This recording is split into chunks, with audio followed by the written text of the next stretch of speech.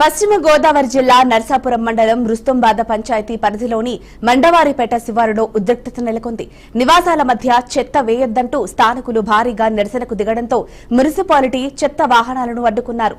చెత్తను ఇక్కడే వేస్తే ఆరోగ్యానికి హాని కలుగుతుందని, ముఖ్యంగా 5 గ్రామాలకు సరఫరా చేసే సురక్షిత మంచినీరు కలుషితమయ్యే ప్రమాదం ఉందని ప్రజలు ఆందోళన వ్యక్తం చేశారు. ఇలా జరిగితే పిల్లలు, వృద్ధులు సహా అందరూ అనారోగ్యాలకు గురయ్యే అవకాశం ఉందని తెలిపారు. ఎట్టి పరిస్థితుల్లో డంపింగ్ యార్డును ఈ ప్రదేశంలో ఏర్పాటు చేయొద్దని డిమాండ్ చేశారు.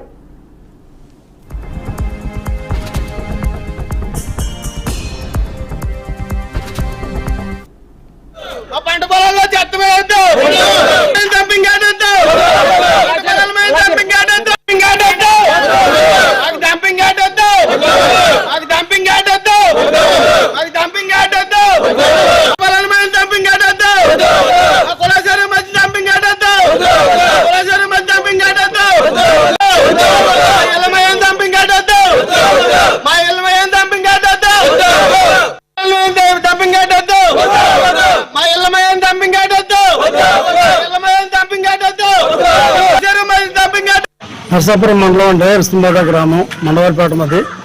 ఇక్కడ ఇళ్ల పట్టాలు ఇచ్చారండి ప్రసాద్ గారు ఉన్నప్పుడు వైసీపీలో. ఆ స్థలంలో ఇప్పుడు డంపింగ్ యార్డ్ ఏర్పాటు చేస్తున్నారు.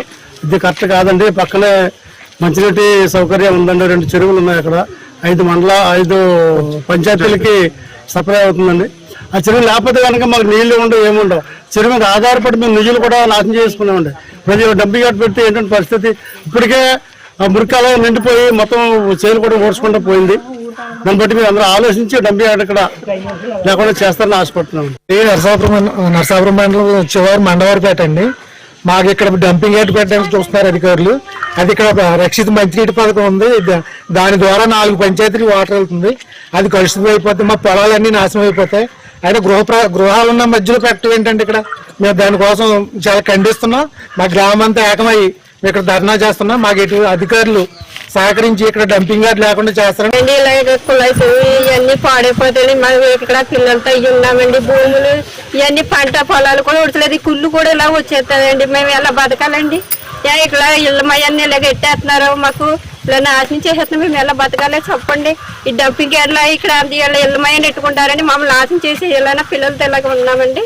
ఇలాగ 5 ప్రదేశాలుగా ఈ కుళాయి వాటర్ వెళ్తుందండి. మేము తాగి నీళ్ళు కూడా పాడైపోతాయి. ఇంకెలాగండి? మేము ఎలా బతకాలి? పిల్లలతో అయ్యానండి.